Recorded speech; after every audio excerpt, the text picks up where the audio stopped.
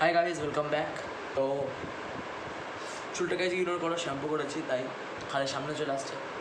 তো যাই না শুনতে হচ্ছে কিনা আওয়াজ হয়তো ক্লিয়ার আসছে, মাইকটার সামনে আছে। তো লাস্ট ব্লগে তোমরা আমি আগের একটা ক্লিনিং ডে যে ব্লগটা দেখেছো, যে সাইকেলটাকে পুরো একদম থরলি কী করে ক্লিন করতে হয়।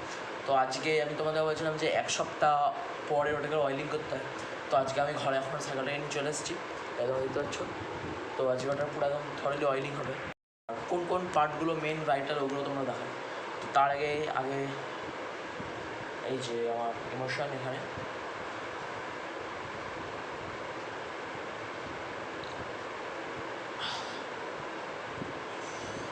আর একটা সিক মেরে নিই।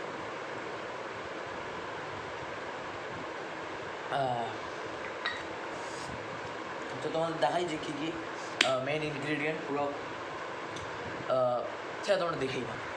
আমি স্টার্ট করবো হচ্ছে মাটিতে বসবো। ফার্স্ট ইম্পর্টেন্ট জিনিস তেল। এই তেল এটা পুরো ভেতরটা শুকিয়ে গেছে তাই ওপরটা আমি কেটে নিয়েছি। ওদিকে গ্লাভস ভালো কোয়ালিটি, দুটো ব্রাশ, ওই যে দুটো ব্রাশ যেটা লুকিয়ে লুকিয়ে তোমাদের রাখতে হবে, নাহলে বাড়িতে কেউ জানতে পারলে ছাড় দেবে।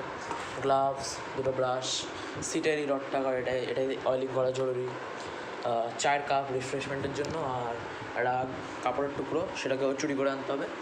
আর এই যে মেন আমাদের হিরো হন্ডা লাগবে। তো ফার্স্ট স্টার্ট করতে হবে হচ্ছে কি আমাদের একটা গ্লাভসগুলো, ভিতরটা ভিজা ধুয়ে নিতেই হবে, সরি মুছে নিয়ে আগে পুছবো।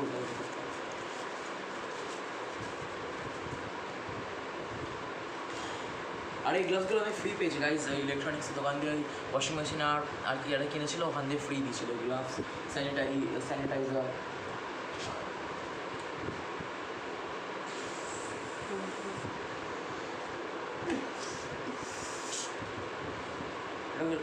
বেশি হার্ড এটা, তাই হচ্ছে না। যাই হোক, যতটা হয়েছে হোক, পুরো হাত তো বেশি ধুয়ে নেবে।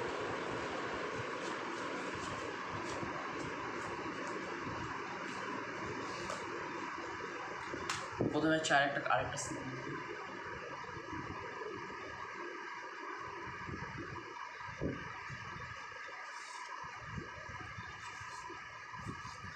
তো গ্লাভস পরে করতে খুবই অসুবিধা হয়, কারণ এটা খুব একটা মাইনিউট একটা কাজ, এটাকে খুব অন্য জায়গায় তেল লেগে যেতে পারে। তো আর এই সাইকেলের তেল একবার হাতে লাগলে খুব ইজিলি উঠতে চায় না।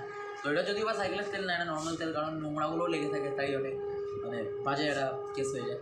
তো ফার্স্টে আমি জাস্ট নর্মাল কাপড়টা নিয়ে যেখানে যেই জায়গাগুলো আমি দেবো ওইটাকে আগে পরিষ্কার করে নিতে হবে, না ওখানে ধুলোগুলো লেগে থাকলে ওখানে আরও তেল লাগিয়ে কোনো লাভটা হবে না। তাহলে আগে এটা গামছা করবি খুশি। আগে হাতের সামনে যেটা আছে ওটা দিয়ে স্টার্ট করি, আর হচ্ছে সিটের এই খালি ডানটাটাই করতে হবে। তো এটাকে দেখো আগের বারে কালি এগুলো উঠতেই চায় না, এটাকে ভালো করে আগে বুঝতে হবে। এর পুরোনো যে তেলটা লেগেছিলো ওটাকে ভালো করে এরকম ঘুরিয়ে ঘুরিয়ে পরিষ্কার করতে হবে।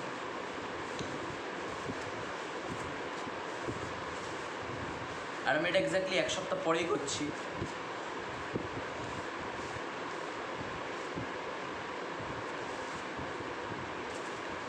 কারণ পরিষ্কার করার পরে একটু 2-3 দিন রেস্ট দিতে হয়। আর বেরোয় নিয়মিত, আর মাঝখানে এক-দুই দিন হয়তো বেরিয়েছিলাম। তো এটাকে একদম ভালো করে চকচক করে দিলাম। তো এবার এইটায় ব্রাশ দিয়ে ভালো করে করা যায় না, তাই এটাকে আবার নর্মাল আঙুল দিয়েই করে দিচ্ছি, যেটাকে ওপরে আনাটা হেভি ডিফিকাল্ট। হ্যাঁ দেখো পুরো পেস্টের মতো হয়ে গেছে তেলটা, শীতকালে শুকিয়ে গেছিল। তো হাতে একটুখানি নিয়ে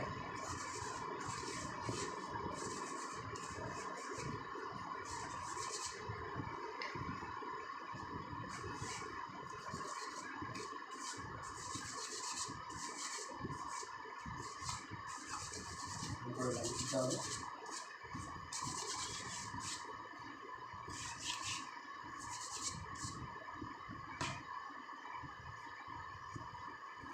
দিয়ে এটা বাকিটা গামছা পুষে দিই। এবার সাইকেলের কোন পার্টগুলো করতে হবে ওগুলো দেখিয়ে দিচ্ছি।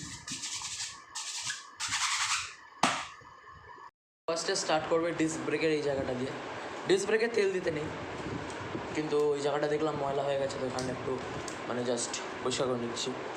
আর ডিস্ক ব্রেকে ডাইরেক্ট হাতও দিতে নেই, কারণ এই ময়েশ্চার অ্যাবজর্ব করে না এই ডিস্ক ব্রেকের এই ধারগুলো, তো ওটা তারপরে ব্রেক দিতে পারে না ভালো। আর বেস্ট যদি হয় তো তোমরা ইঞ্জেকশন দেওয়ার আগে যে অ্যালকোহল ড্রপগুলো দিয়ে আমাদের হাতে স্প্রে করো ওগুলো তোমরা দিতে পারো, কিন্তু অত খরচা কে করবে গাইজ, আমি জাস্ট নর্মাল শুকনো গামছা দিয়ে পুষে দিই। তো এই সাইডটা হয়ে গেল পুরো।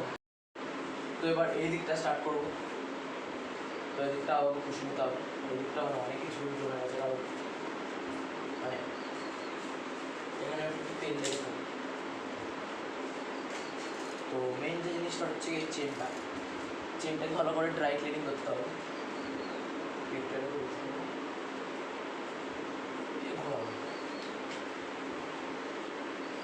এটা হচ্ছে কি চাপ। ও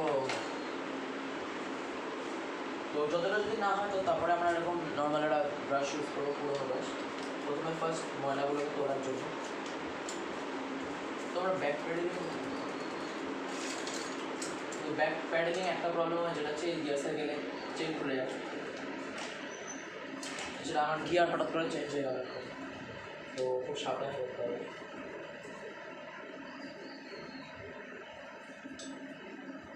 বা আমরা আরেকটা কাজ করতে পারি, সেটা হচ্ছে স্লিপটাকে লাগিয়ে আমার সাইকেলটাকে উল্টো করে দিতে পারি।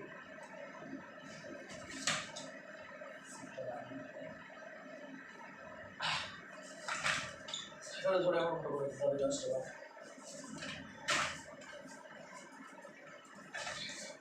তাহলে অসুবিধা হবে। তাহলে চেনটাকে ঘোরানো হবে। হ্যাঁ, এই আইডিয়াটাই হবে। এবার তোমরা এখান দিয়ে দেখতে পাবে, ও না সরি চেনটা তো ওইদিকে। তো এবার এদিক দিয়ে দেখ,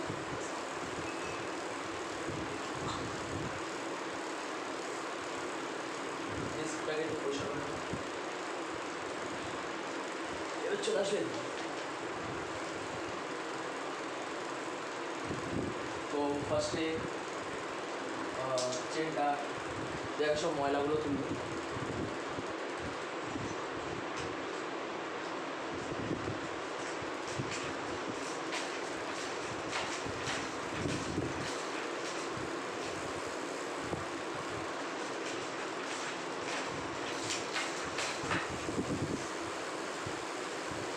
অনেকটাই তেল বেরিয়েছে পুরোনো জিনিসটা। এবার গিয়ারের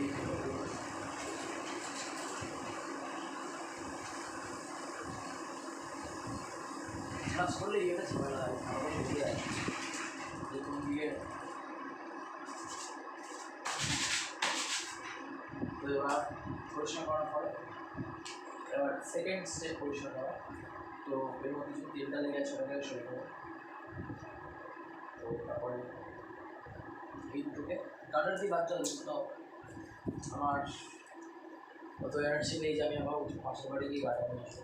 তো জাস্ট এরকমভাবে ধরবো ব্রাশটাকে দুটো এরকম, যাতে চেনটার মাঝখানে ঢোকাতে হবে এরকম, মানে এর মাঝখান দিয়ে চেনটা যাবে যাতে আরও পরিষ্কার হবে। তোমার লস করলে তো খুব অসুবিধা হচ্ছে, তো কোনো মোবাইল ধরে নেবো এরকম। তো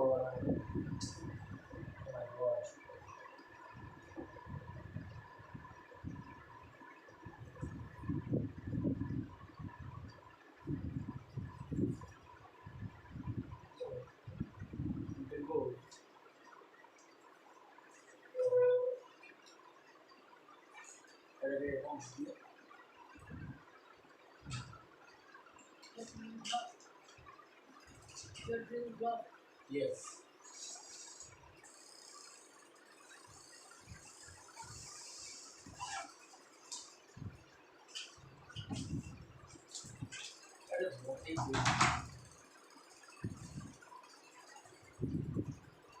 আরে এখানে ব্লক করছে।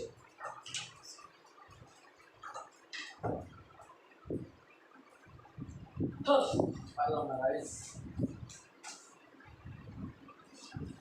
হাতি বেস্ট খোল হাত আমাদের জিন্দাবাদ।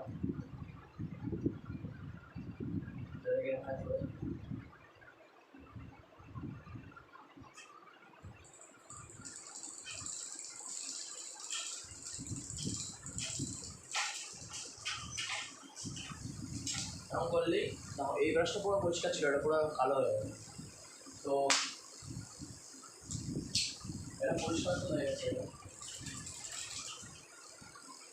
এবার গিয়ার চেঞ্জ করে দিতে হবে।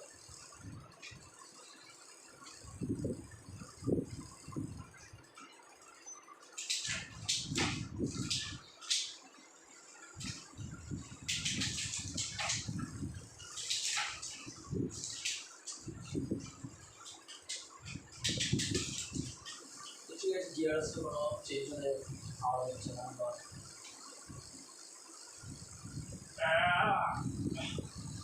এছাড়া গিয়ারগুলো জোড়া আছে,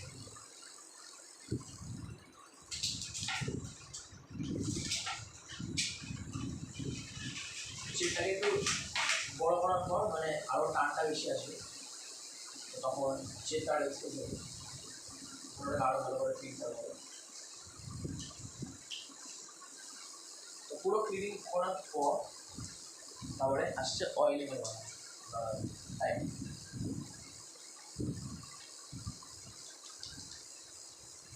তো এরকমভাবে লাগিয়ে তারপর করে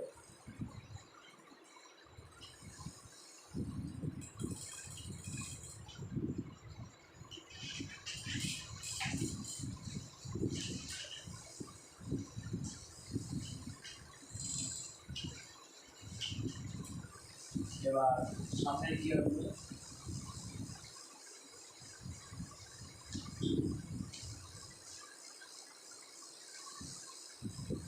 ওটাকে পরিষ্কার।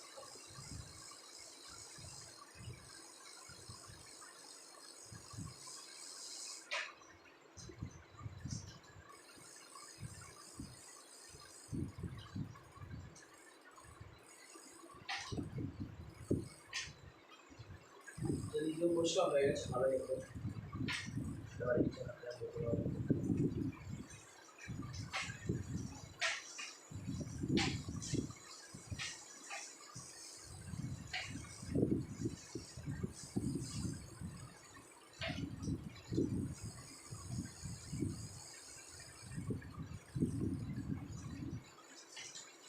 তো অয়েলিং করার পর গাড়ি সাইকেল নিয়ে প্রায় 2-3 সপ্তাহ পর বেরোতে হয়, নইলে অয়েলিংটা একদম যখন কাঁচা লেগে থাকে তখন আমাদের রাস্তার আওয়াজ চলে যেতে পারে। এখন আর সে কোনো আওয়াজ আসছে না, এখন আগে আসছে।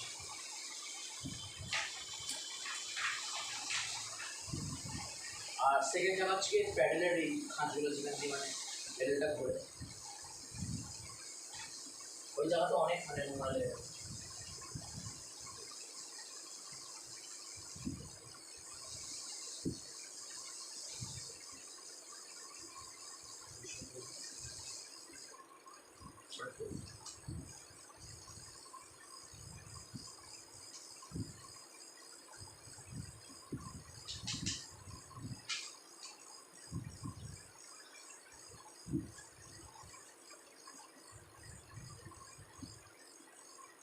তো প্যাডেলের যে খাঁজগুলোর মেটাল আছে ওগুলোই তোমরা দিয়ে দিতে পারো, ওই খাঁজগুলো। আর বল বিয়ারিংয়ের পার্টটা আমরা লাস্টে তোমাদের ক্লোজ দিয়ে রাখছি। তো এবার পেছনের চেনটা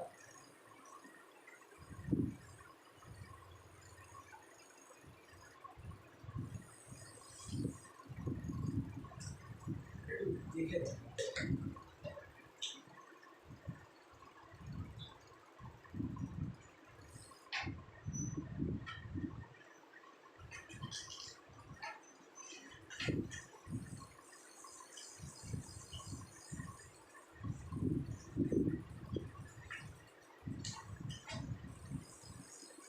তো পেছনেরটা সাফ হয়ে গেছিল, চকাচক।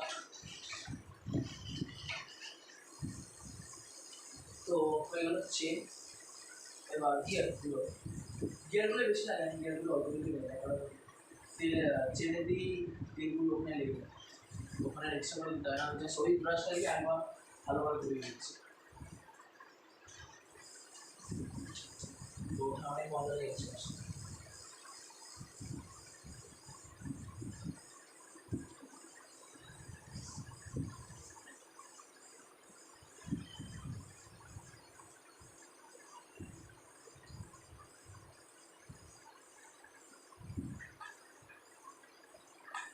এই লোহাগুলো যেগুলো আছে ওগুলো ব্রাশে লেগে থাকা ওই এক্সট্রা তেলগুলো দিয়ে মানে এই ওই দাঁড়ানো স্ট্যান্ডটা বা এই গিয়ার গার্ড থাকে হালকা হালকা করে হাত দিয়ে কিছু কিছু করে তেলটা লাগিয়ে দিতে হবে, তাহলে ওগুলো একটু শাইন চলে আসে আর চোখ পড়ে না।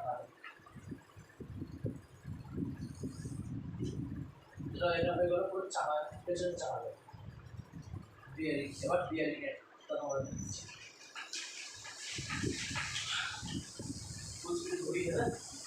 তারপরে সাইকেলের যেই ভেতরের এগুলো ওগুলো ওই বিয়ারিংগুলো ঘুরছে, ওই বিয়ারিংগুলো ভালো করে দিতে হবে।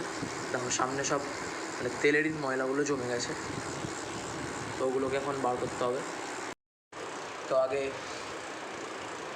এই ব্রাশের পেছনটা দিয়ে গামছাটাকে এরকম করে নিয়ে আর প্যাডেলটাকে জোরে মারতে হবে।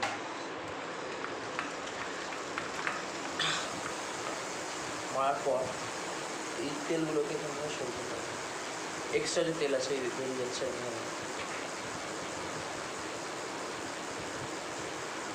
আর বেশি জোর দেবো না গাইজ, তাহলে বেশি জোর দিলে বল বিয়ারিংগুলো সরে যেতে পারে ওখান থেকে।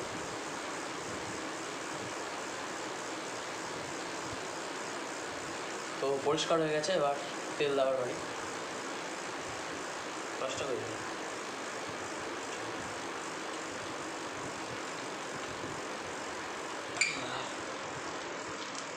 এবার ব্রাশ দিয়ে আরেকবার জাস্ট নর্মাল একটু ঘষে নিচ্ছে।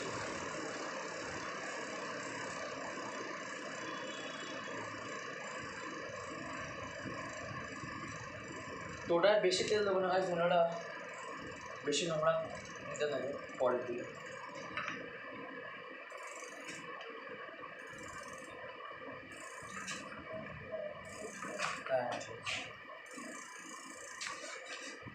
তো পেছনের সব ডান। এবার সামনের বাড়ি, সামনে দেখাচ্ছে কোথায় কোথায় দিতে হয়। তার আগে সামনে যাওয়ার আগে দেখে নেওয়া হচ্ছে গিয়ারগুলো ভালো করে চেঞ্জ হচ্ছে কিনা। দাঁড়াও, তো পেছনে গিয়ারের কথা বলছি।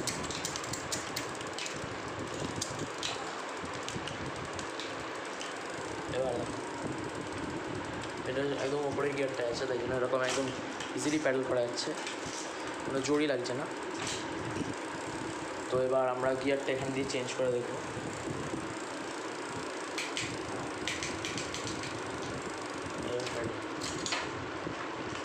কোনো আওয়াজ হচ্ছে না আর গিয়ারে, ওরা একদম চকচক করছে। সাসপেনশন পেছনের সাসপেনশনটা চকচক করছে, সামনেরটাও চকচক করছে। সামনেরটা বেশি লাগবে না পয়সা, দেখতে পাচ্ছ। সামনে যেহেতু খালি একটাই বল বিয়ারিং আছে, ওখানে হয়তো ব্রেক বা কী বলবো চেন ফেনা তো ঝামেলা নেই। তো খালি বল বিয়ারিংটায় ওরমভাবে পেছনেরটায় যেরকম দিলাম ওরমভাবে দিলেই হয়ে যাবে, তো আর কোনো বেশি চাপ নেই। তো এটাই ছিল, এটাই খালি অয়েলিংয়ের পার্ট। ও আর সাসপেনশন ওটা ভুলে গেছিলাম, সাসপেনশনটার জন্য দাঁড়া সোজা করে যাচ্ছি।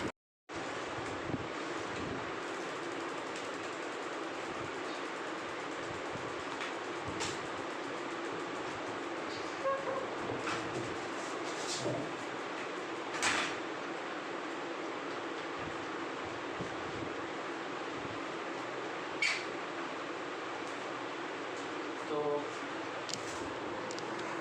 সাসপেনশনের এই কোনাগুলো যত সব নোংরা লেগে থাকে, এই ভেতরের এই কোনাগুলো, তো আগে পরিষ্কার করতে হবে, তারপরে এগুলোর মধ্যে আবার অয়েলিং করতে হবে। তার জন্য গামছাটাকে আমরা ধুয়ে টেনে দিতে হবে ব্যাস। তাহলে এই কারণ ওই খাঁজগুলো ব্রাশ বানায় না, আর সাসপেনশনটাকেও ব্রাশ দিয়ে ভালো করে পরিষ্কার করা যায়। গামছা ইজ বেস্ট। আমি ওটা পরিষ্কার করার পর সেম এদিকটা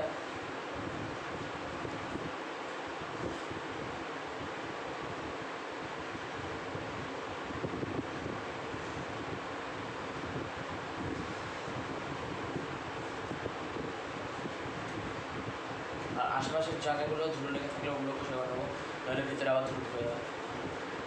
তো ওটা হয়ে যাওয়ার পর জাস্ট ব্রাশটা দিয়ে আর এক্সট্রা তেল নেবো না, না সরি এখানে এক্সট্রা তেল লাগবে, কারণ এখানে আর তেল নেই, সব পুছে দিলাম।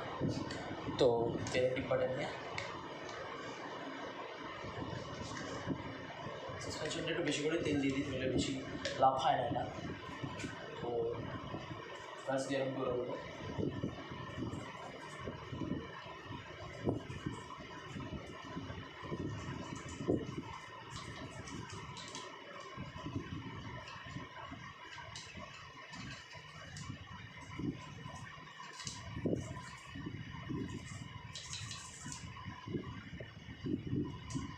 দরকার ততটাই দেবো। সাসপেনশনের রড অব্দি ওপর নিচে বেশি কথা দেবো না। সেকেন্ডটা এন্ডগুলো আর ওপর নিচে আমার কারো দুশো করবো আর দুদিক ইকুয়াল হয়ে যাচ্ছে কিনা ওটা দেখার জন্য গামছাটা দিয়ে আমরা লাস্ট চেক করে নেবো এক্সট্রা অয়েলগুলো উঠে যায়। আর ওদিকটাও same.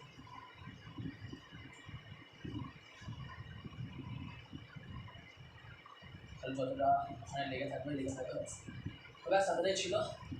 Haynes LHS equals to RHS proved. আর চুলটা কি হচ্ছে অবস্থা, তো চুলটাকে করে ইগনোর, কারণ জায়গা পাচ্ছি না। তো অয়েলিং কমপ্লিট, এটা নিয়ে এখন আর বেরোনো হবে না। 2-3 দিন তো বাড়িতে, 2-3 সপ্তাহ তো বাড়িতেই রাখতে হবে। যদি তোমাদের 2-3 সপ্তাহ নাও রাখতে চাও তো 1 সপ্তাহ রাখলেও হবে, তাই জন্য। কারণ আমার জন্য 2-3 সপ্তাহ ওয়েট করা ইম্পসিবল, তাই আমি পুষে দিলাম, এক্সট্রা অয়েলগুলো বের করে নিলাম। আর যদি তোমরা ঘরে রাখতে চাও তাহলে তোমরা এক্সট্রা অয়েল দিয়ে রাখতে পারো, আর বেরোনোর আগে তখন একবার জাস্ট পুষে নিতে পারো। তো